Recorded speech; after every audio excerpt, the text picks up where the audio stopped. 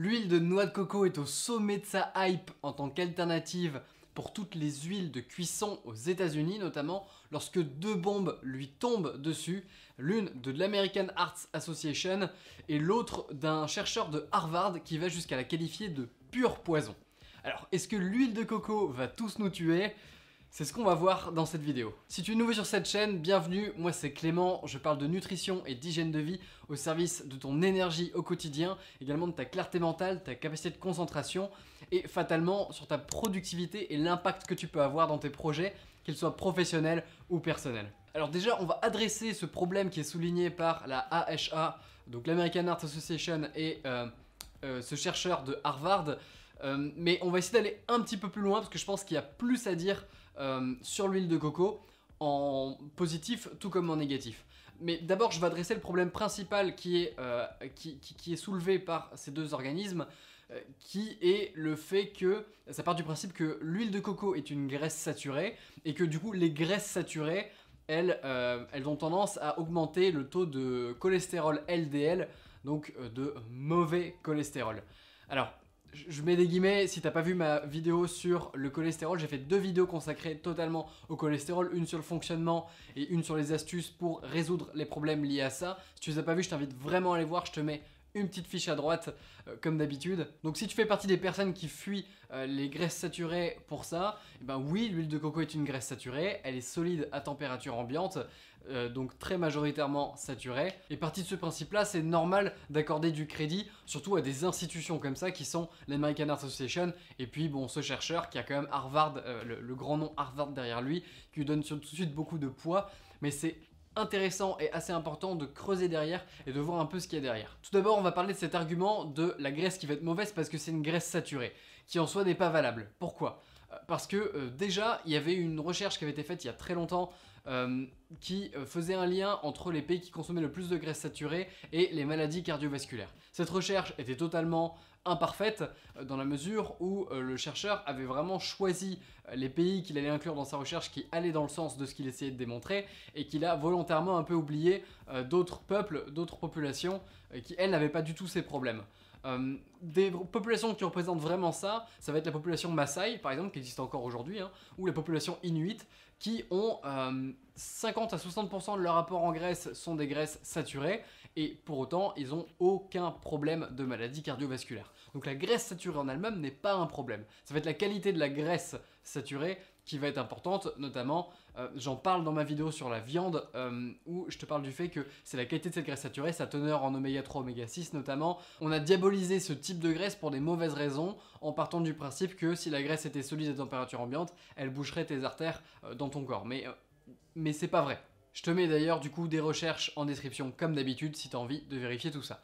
Aussi, le LDL, le cholestérol LDL n'est pas un mauvais cholestérol en soi, c'est juste que c'est celui qui a le mauvais rôle qui est de faire l'acheminement entre ton foie et tes tissus organiques et donc qui va approvisionner tes tissus organiques en cholestérol. Là où le cholestérol HDL, lui ramène le cholestérol dont tu n'as plus besoin et va le nettoyer pour le ramener au foie. Donc lui il a plus le beau rôle de chevalier blanc si tu veux, qui va nettoyer tout ça. Si tu pars du principe que le cholestérol est une mauvaise chose, ce qui n'est pas le cas. Là encore, j'en parle plus dans ma vidéo dédiée. Maintenant, c'est important d'analyser un petit peu le recul qu'on a de manière générale sur l'huile de coco. Quel recul on a sur ce produit qui au final, c'est vrai, est assez nouveau dans la mesure où on ne trouve pas forcément de l'huile de coco à l'état naturel. C'est quand même un produit qui est transformé, on extrait l'huile de la noix de coco. Donc pour ça, il y a deux populations, deux tribus, on va dire, qui sont assez populaires pour leur consommation en noix de coco. Il y a les Tokelau dans le Pacifique Sud, qui est une population dont 50% des apports en graisse viennent de la noix de coco. Et donc fatalement, l'huile de coco, c'est de la graisse de coco pure. Hein. Et pour autant, il n'y a aucun souci à signaler au niveau cardiovasculaire. Et il n'y a vraiment aucun problème, même beaucoup moins de problèmes cardiovasculaires que notre société actuelle. L'autre population, ça va être les Kitavans. Les Kitavans ou Kitavans de Nouvelle-Guinée, en fait, c'est une population qui donc a un modèle de vie très chasseur-cueilleur et dont le régime est essentiellement haut en glucides, assez élevé en glucides, mais pour le coup très faible en graisse, sauf que leur seule source de graisse, voilà, leur source de graisse très majoritaire, c'est la noix de coco. Là aussi, aucun problème cardiovasculaire. Néanmoins, est-ce qu'on peut se servir de ces populations-là pour dire que l'huile de coco est totalement safe? Pas forcément, parce que leur graisse vient de la noix de coco entière, ce qui veut dire qu'ils ont également avec les fibres et tout le reste des nutriments de la noix de coco, et isoler quelque chose, isoler une partie d'un aliment, ça n'a pas le même effet que consommer l'aliment entier. Un exemple, ça va être le fructose. Si tu sépares le fructose de la pomme, t'as que le sucre, t'as plus les fibres, etc. Ou alors le jus de fruit. Si tu prends que le jus du fruit, tu vas avoir de l'eau sucrée et à côté t'as les fibres et les minéraux et les vitamines. Voilà, c'est pas comparable. Mais concrètement, que disent les recherches? Parce qu'il y a pas mal de recherches quand même qui ont déjà été faites sur le sujet. Et je vais séparer un peu, il y a des recherches qui en disent des choses plutôt positives et d'autres recherches qui sont un petit peu plus... qui sont utilisées en tout cas comme démonstratrices d'aspects négatifs de l'huile de coco. Et on va regarder ça ensemble. Déjà, au niveau des recherches positives, ça a été démontré, on a analysé avec différents groupes qui ont consommé de l'huile de coco, qu'il y avait une tendance à gagner en taux de cholestérol HDL. Donc au niveau de la quantité de cholestérol HDL, il y avait tendance à avoir des améliorations avec la consommation de l'huile de coco. Ce qui pour le coup est une bonne nouvelle et un bon marqueur de santé parce que s'il existe une corrélation entre des maladies cardiovasculaires et le cholestérol HDL, c'est plutôt inversement proportionnel dans la mesure où un grand taux de cholestérol HDL a tendance à prouver l'inverse d'un facteur risque de cardiovasculaire. Donc plutôt bon signe. Une autre étude a également montré, l'étude a été faite sur des personnes à risque au niveau maladie cardiovasculaire, et ces personnes ont montré qu'elles avaient un meilleur statut métabolique, qu'il y avait une amélioration de leur statut, leur santé métabolique avec la consommation d'huile de coco. Donc ces mêmes personnes auxquelles s'adresse l'American Heart Association et ce chercheur d'Harvard en essayant de les protéger contre la consommation d'huile de coco. Ces mêmes personnes ont eu des marqueurs d'amélioration avec la consommation de cette même huile. Ce qui est quand même étonnant. Un autre bienfait souvent démontré de l'huile de coco, c'est son côté antimicrobien grâce à l'acide laurique, qui est un des composants principaux des graisses saturées de l'huile de coco.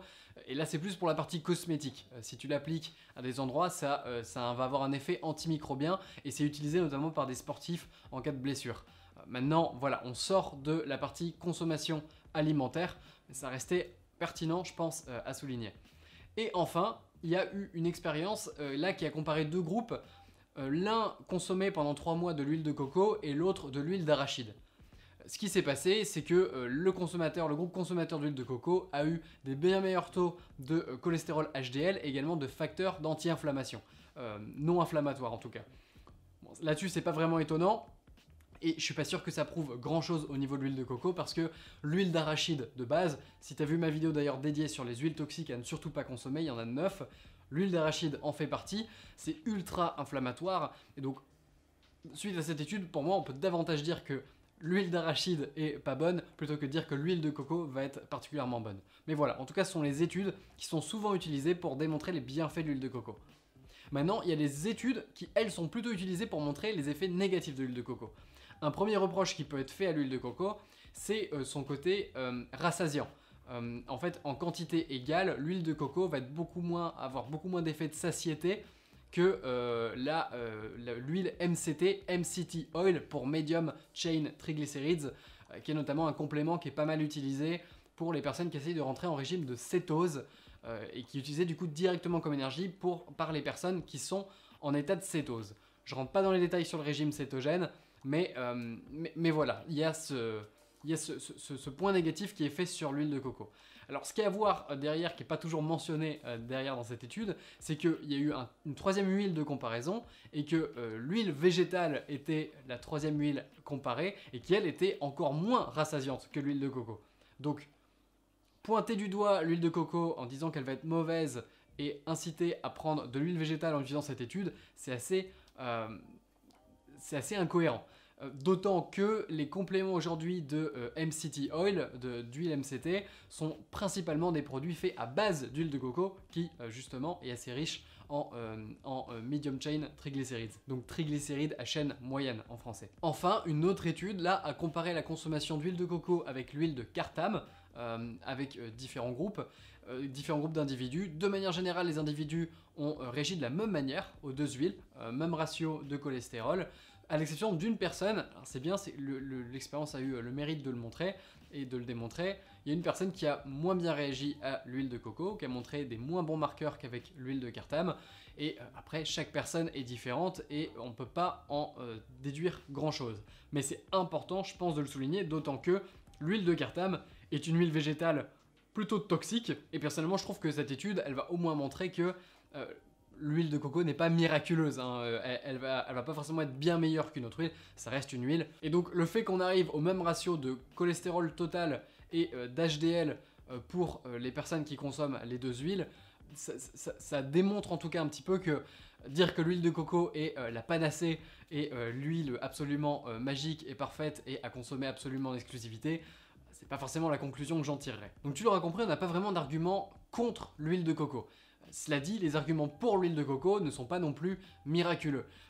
Il y a quand même un point de nuance que je voudrais ajouter, c'est que les graisses saturées de l'huile de coco sont essentiellement constituées d'acide laurique et d'acide myristique. Alors ça sert à rien d'aller dans les détails, c'est juste les types de graisses saturées, mais nous, en consommation de graisses saturées, on est davantage habitué à l'acide palmistique, qui est celle qui est présente en fait dans les viandes.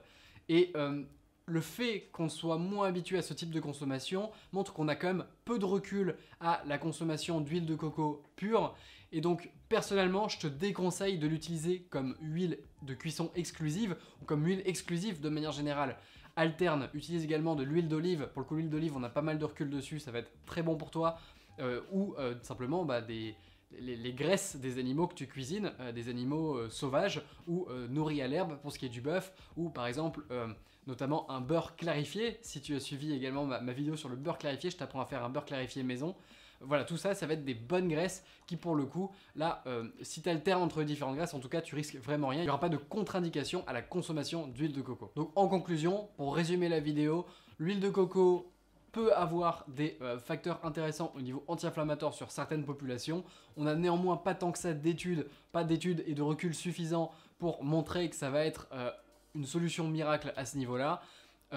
Et de l'autre côté, il n'y a pas vraiment de contre-indication et d'effets négatifs prouvés à la consommation d'huile de coco. De manière générale, par principe de précaution, je te recommande de ne pas en faire ton huile exclusive et de ne pas la consommer en grande quantité plus que d'autres graisses qui pour le coup vont être bonnes pour toi, comme un bon beurre, clarifié ou non, ou de l'huile d'olive, la graisse animale, voilà. Toutes ces bonnes graisses qui, pour le coup, elles sont très bonnes pour toi. Dis-moi dans les commentaires quelle est ton huile de cuisson favorite. Personnellement, j'ai toujours de l'huile de coco avec moi, mais ce n'est pas mon huile que j'utilise le plus. Moi, celle que je préfère, c'est mon propre ghee, c'est-à-dire une sorte de beurre clarifié que je fais moi-même.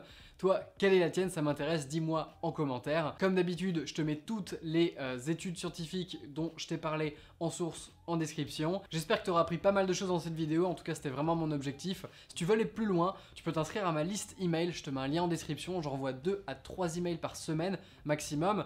J'essaye d'apporter un maximum de valeur dans chacun de ces emails et c'est totalement gratuit. Si jamais ça ne t'intéresse pas, tu peux te désinscrire en un seul clic, ça n'engage absolument à rien. Voilà, je te dis à très vite pour une prochaine vidéo, d'ici là prends soin de toi, ton cerveau te remerciera.